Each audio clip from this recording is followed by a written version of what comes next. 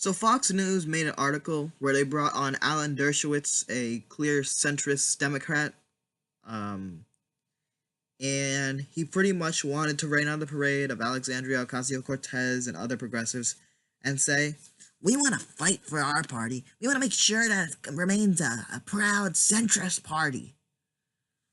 And he also complained about being disinvited to some island or something like that. It's almost sad.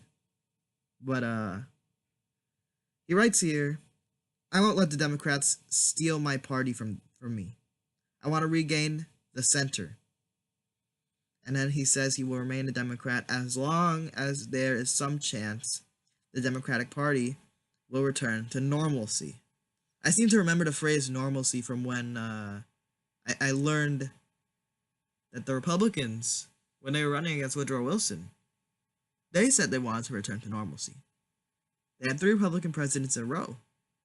And then, boom, the Great Depression. So maybe this normalcy isn't that great. But then he also writes here where he talks specifically about progressives.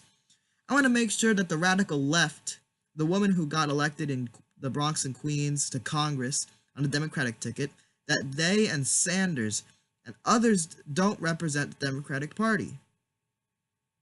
I want to fight within the Democratic Party to restore it to the days where it was a great centrist party where it united people rather than divided people.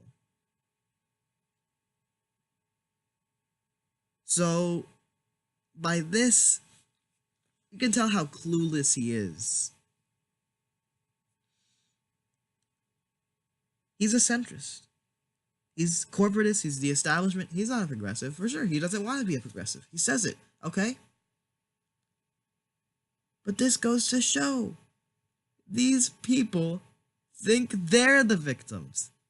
They think they're the ones being controlled or being, or that their party is being stolen by these dangerous radical leftists that propose ideas that are mainstream and common all around the world except for America, like healthcare for all. But this just goes to show you how clueless they are. The idea that they don't feel like they're in power, even though they are in power, and they've been in power since Bill Clinton. They've been in charge of the Democratic Party. And you've seen what their power, what their reign has done to the Democratic Party. The Democratic Party does not have control of the House, they don't have control of the Senate, and they don't have control of the presidency. Donald Trump, in his first term, I think his only term, but already is able to put in 2 Supreme Court justices. This is a disaster. This will decide the fate of so much legislative actions for decades. But this isn't the fault of progressives because we didn't have that systematic power. This is the fault of those in power. This is the fault of those who were leading the Democratic Party, the Hillary Clinton types, the Obama types.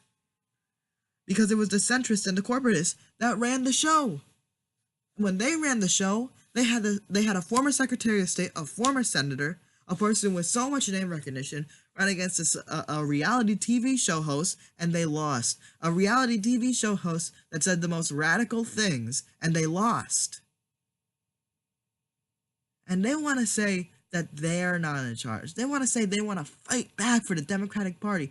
He said back in the day when they were centrist. What is back in the day? The freaking 90s? That's not so back in the day. We progressives, we want to go to the actual heart of the Democratic Party. We want to go to the progressives. We want to go to back in the day to Franklin Roosevelt. And so much of these ideas, a federal jobs guarantee, healthcare for all, you see it in progressives that were in charge, like FDR. Of course, FDR had to prioritize by the end of his presidency the war, but you saw plans with the Second New Deal for things like a federal jobs guarantee to ensure that during a crash, because if we keep capitalism, it's going to be constant boom and crash. What these social democratic policies do, they make the crash less worse. They make it so that if you lose your job, you have these federal jobs guarantees to go back on. But that's besides the point. That's the Democratic Party that was great, and that's the Democratic Party that won. That's the Democratic Party who had a president win 4 elections in a row. Now we're in a state where the Democratic Party was led by centrists, where we have no systematic power at all in the federal government. The Republicans have most of the state legislatures. They have most of the governorships. This is the Democratic Party the centrists has made. This is not the Democratic Party the progressives have made.